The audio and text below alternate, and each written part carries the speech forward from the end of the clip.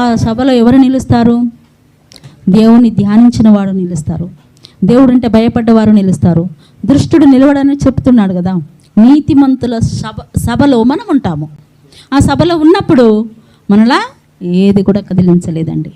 ఎందుకంటే అక్కడంతా నీతిమంతులు ఉన్నారు. ఆ నీతిమంతులో బాటలో మనం ఉండటానికి ఇష్టపడుతున్నాం కనుక అందులో మనం ఇవన్నీ చేసి అందులో ఉన్నాం కాబట్టి దుష్టుడు వాడు పారిపోతాడు.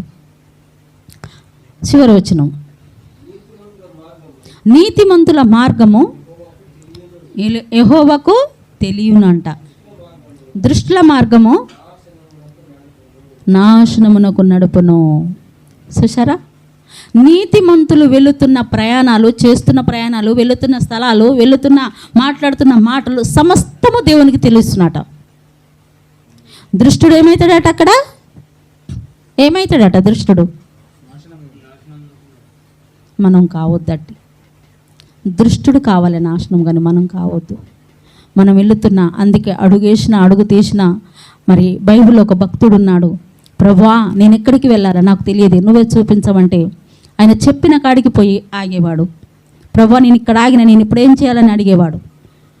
అలాంటి భక్తునికి ఏదన్నా కొదవ ఉంటుందా? దేవునికి స్నేహితుడు అయ్యిండు అతడు. కాబట్టి మనము కూడా మన సొంత ఆలోచనలతో, సొంత తలంపులతో పోకుండా మనము కూడా ప్రార్థన చేస్తూ ప్రభు మీద ఆధారపడుతూ ఈ యొక్క మనం చదవబడిన మాటలన్నీ కూడా మనము మన హృదయంలో భద్రపరచుకొని మెయిన్ అవన్నీ కూడా పక్కన పెడితే మీరు ఒక మూడు పనులు చేయండి. మొదటి మాట ఒక్కసారి చదవండి. దృష్టి ఆలోచన చొప్పున నడవకండి. నడవద్దు. మనం మీరనే కాదు, మనందరం ఇక్కడ కూర్చున్న మనందరం కూడా పాపుల మార్గంలో నిలవద్దు. మనం అపహాస్యకులు కూర్చుండే చోట కూర్చోనక, లోకస్తులు టైం పాస్ కాక యానో ఒక్కడ కూర్చొని ముచ్చట్లు పెడతారు, వాళ్ళతో క్రైస్తవులు అనబడుతున్న మనకు కూర్చుంటానికి వెళ్ళలేదు. ఈ మూడు మనం చేసినవంటే ఈ మిగతా అన్నీ చేస్తానికి మనకు దేవుడు అవకాశం ఇస్తాడు. ముందు ఈ మూడులో మనం నిలబడాలి ఫస్ట్. అందుకు ఈ మూడు, ఇదంతా వాక్యమంతా మీకు గుర్తు లేకపోయినా ఈ మూడు మాత్రం మీరు బండ గుర్తు పెట్టుకోండి. ఒక్కసారి చెప్పండి, మనం ముగించుకుందాము. ఏం చేయాలి? ఫస్ట్ దృష్టిల ఆలోచన చొప్పున నడవక.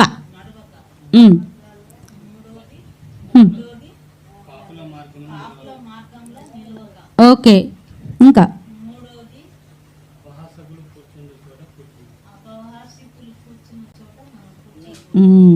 ఈ రోజు కానించి దేవుని సన్నిధిలో మీరు ఈ మూడు చేస్తారని దేవుని నామంలో నేను నమ్ముచున్నాను.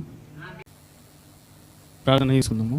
పరిశుద్ధుల ప్రేమ కలిగిన మా తండ్రి, వందనాలు ప్రభా. ఇంతవరకు ప్రభా మీ సేవకు మీరు నిలబెట్టుకుని తండ్రి, మీకు మాకు మధ్యవర్తిగా ప్రభా మీరు వాడుకున్న విధానాన్ని బట్టి అయా మీ సేవకుల నుంచి మాతో మాట్లాడి మీకు మాటలను బట్టి మీకు వందనాలు, స్తోత్రాలు ప్రభా. మేము వందనాలు, స్తుతులు, స్తోత్రములు చెల్లించుకుంటున్నాము.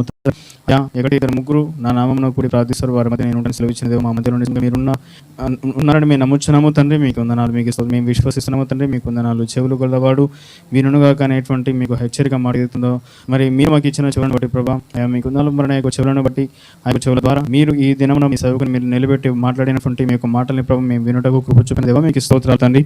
ఆ యొక్క చెవుల ద్వారా ఆ యొక్క వాక్యము మీ మాటలు మా హృదయంలోకి వెళ్ళి హృదయం లోపలికి చొచ్చుకొని పోయి ఆయా మా జీవితంలో మననైనా కార్యము చేయలాగా సహాయం చేయండి తండ్రి. స్తోత్రంనైనా మేము ఆ యొక్క మాటల అనుసారంగా జీవించటకు ఆయా మా యొక్క హృదయాన్ని మా యొక్క జీవితాన్ని మమ్మల్ని మేముగా మననైనా సిద్ధపరచుకొని కట్టుకున్నటకు మీ మాటల అనుసారంగా మమ్మల్ని సిద్ధపరచండి. మాకు మీరు తోడైండి తండ్రి. మీకే వందనాలు, స్తుతులు, స్తోత్రాలు చెల్లించుకున్నాను ప్రభా.